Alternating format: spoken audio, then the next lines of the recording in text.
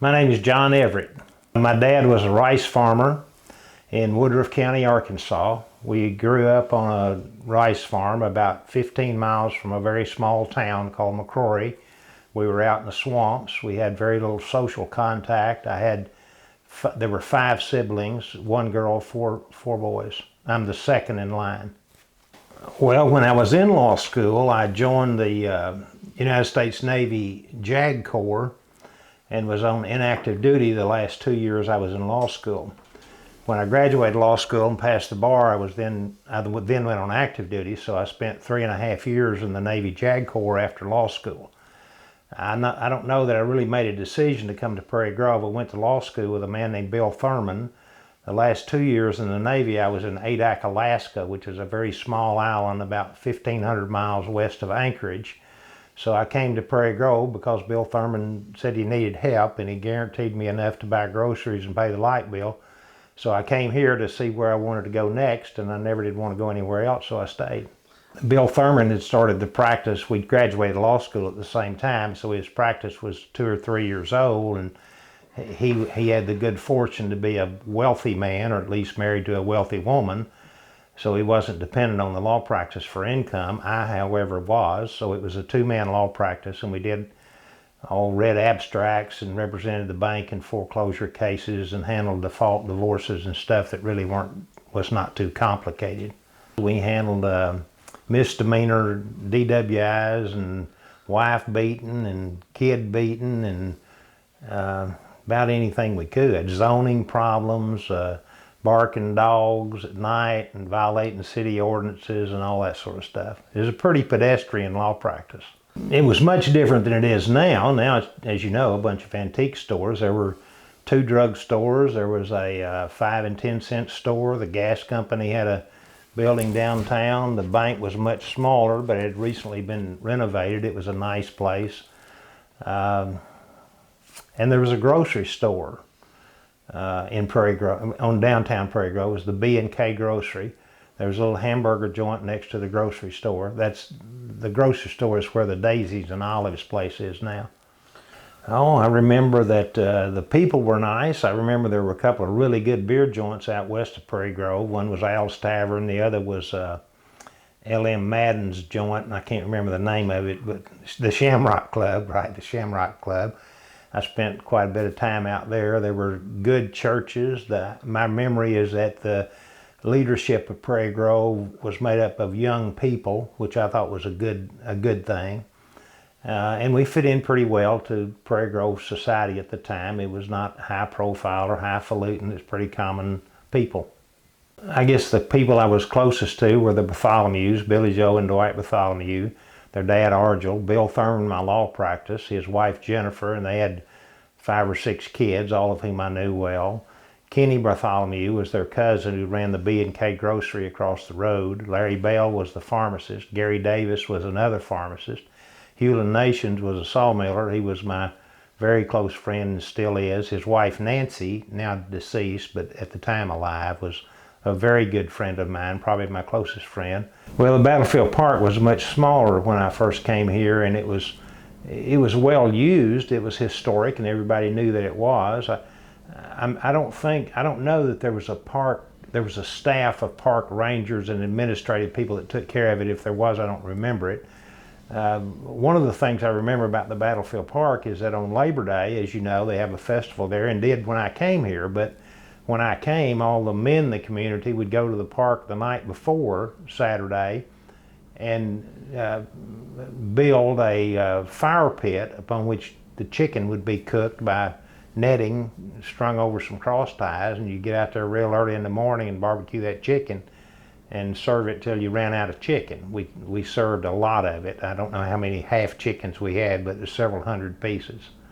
Well, most of the time we used it just as a park. You'd take the kids over there and play on the swings or walk around and enjoy the outdoors, and that was pretty well it. There was no pavilion, there was no walking trail. It was just an open area that was pleasant and shady and friendly. The earliest mayor I knew was Emmett Davidson, who was a kind of a hands-on city administrator. He was kind of a crusty old bastard, but but a nice guy. Dr. Manning and was important in city matters. I got to know Eva Rigall well, who was Dr. Frank Rigall's widow. He had died by the time I got here. She was an admired lady in the community. Jeff Baggett and his wife Frances and their daughter Carol and their other daughter Judy were friends of mine, and I came to know them very well and respected them and still do. People who live in Prairie Grove have always kind of been proprietary and proud of Prairie Grove. They still are. People that live here pay their taxes and generally do right and pay their debt and raise their kids and are friendly to each other. It's always been a bedroom community for Fayetteville, but we have kind of thought that we had some independence from Fayetteville. Still think we do. It's a great place to raise kids and to live. That's why I never left after I came here in 1974. I came to look around, see where I wanted to go, and didn't go, and I'm still here, and I'm proud I am. You know, when I came here, the grocery store was Dillon's, and it kind of went out of business and was bought by Harps. It seemed like, comparing then to now, there was more commercial activity around Prairie Grove. We didn't have liquor stores as we do now.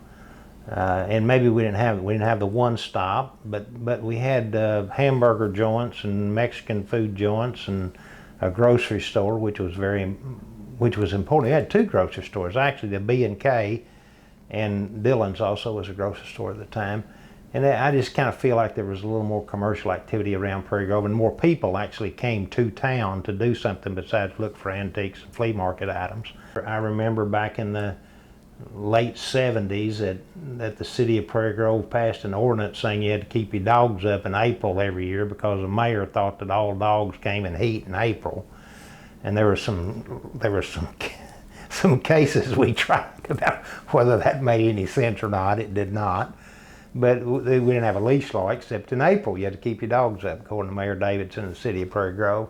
The first case I ever tried on the merits involved a turkey farmer named Wayne Farr, who's now deceased.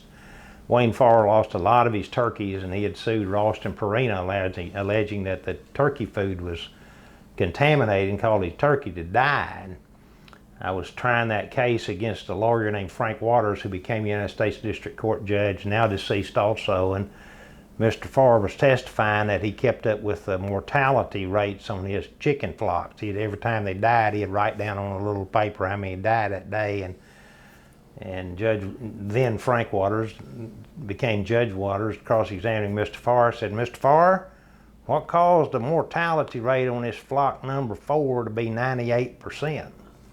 And Wayne Farr kind of looked at him quizzically as though he was an idiot and said, "Well, hell, they all died." So that'll run that mortality rate right up there on you, boy. That was the testimony. I didn't know you could laugh in court back in those days, but man, I thought that was funny. Judge did too. We lost the case straight away, as we should have. I tried that case about 2 weeks after I got out of the Navy. It's the first time I'd ever been in a civilian court in my life. First case I ever saw tried, I tried it. First jury trial I ever saw, I tried it. I learned that the law had a more practical side of it than what you learn in law school, that it's not a matter of reading a book and figuring out what the law is, but it's trying to take a fact situation and figure out how you can help people or make it right or at least make it go away, which is sometimes about all you can do. I also learned and still believe that people can create some enormous indignities to other people for nonsensical reasons, mostly emotional. I tell people, and it's partly true, that if somebody's dog got run over, they'd come talk to me. If they got run over, they'd go talk to some lawyer in Fayetteville, for after all, they were held a lot smarter in Fayetteville than they are in Prairie Grove.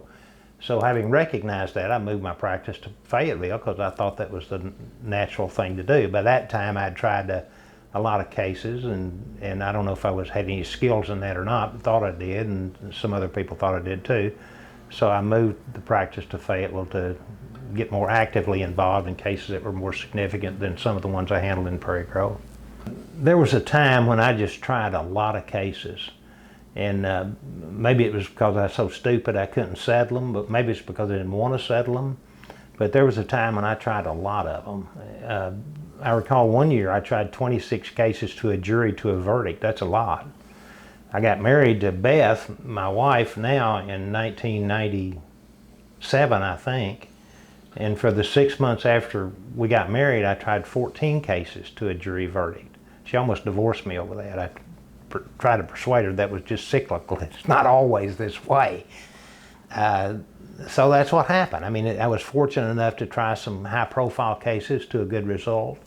Most of that's just the luck of what kind of cases you get. You know, you can't change the facts and you can't create facts. But back in early 2000s, I tried a handful of cases that generated some publicity and managed to get a good result. I tried one of those dog trial cases where you didn't hook your dogs up in April, which generated some publicity in Prairie Grove. That was a fun case. I've tried some cases in federal court here and in Little Rock and in other parts of the state that had some, that was kind of high profile. I've been kind of raised by Prairie Grove people, and they've been very supportive of me and my family, and I'm proud of that and appreciate it. Well, my first wife died and I had 2 little kids. And I thought about moving.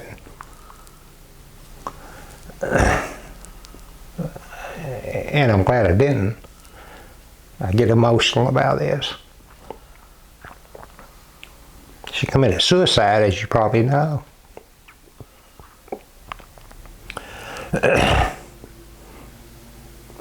And these people helped me through that. They helped me raise my kids. They just provided a shoulder. That's my story.